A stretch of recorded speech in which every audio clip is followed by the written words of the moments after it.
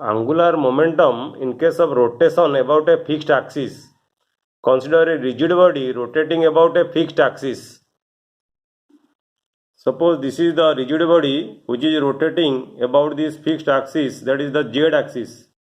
Suppose p is the particle and velocity of the particle is v, and the particle suppose moves in a circle having center C. Now we will calculate the total angular momentum of this particle P. Here r is the position vector of the particle and C is the center and r perpendicular. This is the perpendicular distance of the particle from the center C, and omega is the angular velocity of the particle, v is the linear velocity of the particle, and this is the direction of the angular velocity. Now we will see what will be the total angular momentum vector, and we know the total angular momentum of the particle P, it is given by the cross product of r and the position vector, cross product of the position vector r and the linear momentum vector P. We designate the linear momentum vector by small p. So AL vector will be equal to r cross p. So L vector is equal to r vector cross the linear momentum vector p, or you may write mv. Here I have written mv, p equal to mv. And what is the position vector r? Position vector r is equal to OC vector plus CP vector. You can see this from this figure. The position vector r is equal to OC vector plus CP vector. So you have OC vector cross the momentum vector, linear momentum vector, plus the CP vector cross the linear momentum vector, or you may write P vector as mass into velocity, velocity vector. But this one, this cross product CP cross MV, this will be equal to the mass m, and CP vector is nothing but the r perpendicular vector.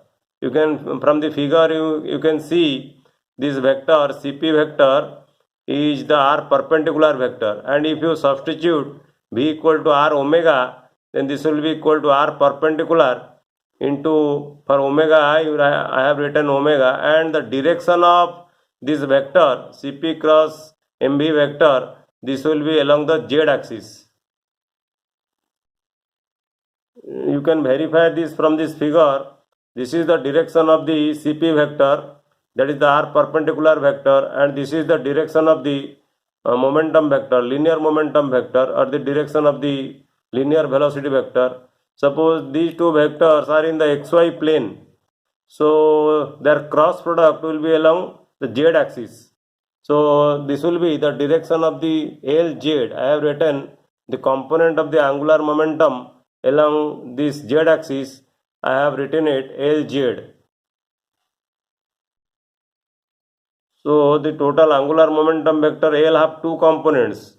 One component along z axis and another component, that is OC vector cross MV vector.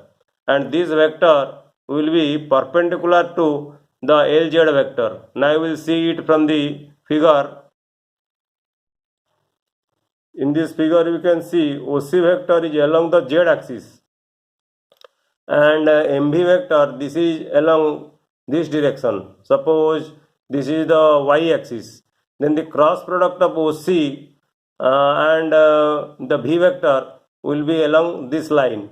That means the cross product of OC vector and your MV vector will be perpendicular to this z axis, that is the LZ vector. So CP, that is OC, not CP, is OC cross MV, and this vector I have designated here L perpendicular, and this is the angular momentum which is perpendicular to the LZ. So the total angular momentum L is equal to LZ plus L perpendicular. So you should remember that the total angular momentum is not always along the axis of rotation. For a particle, the total angular momentum and the angular velocity are not necessarily parallel. The total angular momentum and the angular velocity are